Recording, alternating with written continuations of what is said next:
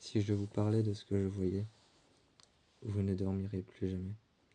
Vous ne dormirez plus jamais si je vous parlerai de ce que j'avais vu cette nuit-là. Ce que j'avais vu cette nuit-là, ce que je vois, et ce que je vois toujours, si je vous en parlerai, vous ne dormirez plus jamais. Un soir, dans cette maison, quand j'y avais vécu, j'avais vu un homme en flammes. Il était en train de brûler vivant. Quand on sent l'odeur de la chair calcinée, quand on sent l'odeur de la chair en train de brûler, quand on voit les morceaux de peau et les morceaux de chair brûlés tomber par terre, quand on sent cette odeur qui ne quitte plus jamais votre nez, quand on sent cette odeur et qu'on voit la couleur rougeâtre que prend la peau humaine quand elle est en train de brûler, quand on voit à quel point les yeux disparaissent vite parce qu'ils sont humides.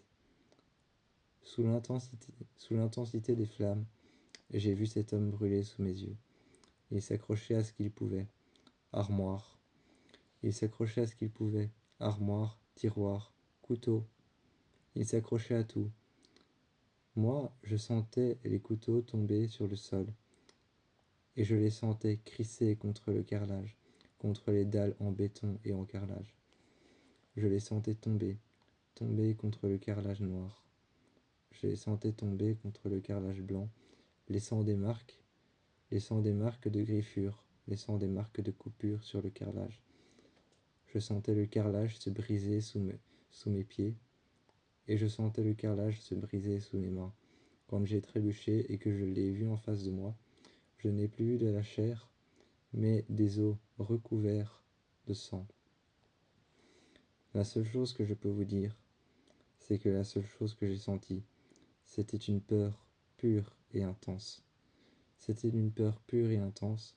Cet homme qui brûlait est parti dans le jardin. Il s'est enfoui.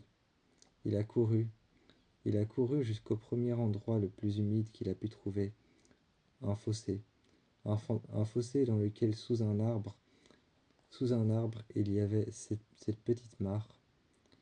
Sous un arbre, il y avait cette petite mare et cet énorme lac. Cet énorme lac qui se donnait juste contre une petite rivière abandonnée. L'eau était noire, car elle ne bougeait pas. Il n'y avait pas de courant. Il s'est enfoui dedans, s'est enfoncé dans l'eau, n'a jamais plus refait surface. Et un jour, j'ai vu une chaussure refaire surface, et des vieux vêtements refaire surface, qui se sont accrochés dans les racines. J'ai été les chercher, et j'ai récupéré une main. J'ai récupéré une main avec une montre qui avait brûlé. Le verre avait brûlé. Le plastique de la montre avait brûlé. C'était une montre de haute marque. Je l'ai regardée et récupérée. Elle sentait encore le feu, mais elle sentait le cadavre, le moisi, la pourriture. J'ai récupéré la main qui était en décomposition. Je pouvais voir la moitié de ses os, brisés, sûrement attachés contre les racines de l'arbre. J'ai dû la défaire avec un outil que j'ai été chercher dans ma chambre, un pied de biche.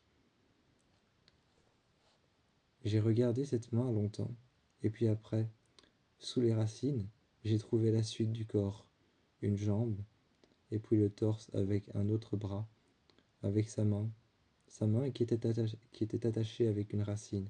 À mon avis, la nuit, désespérément, il a voulu s'attacher aux racines pour refaire surface, mais le feu reprenait quand il revenait à la surface. Le feu avait décidé de ne plus lâcher. Comment est-ce que tout cela avait démarré? Il avait posé sa main sur le côté, près de la gazinière. Près de la gazinière, il avait posé sa main sur le côté.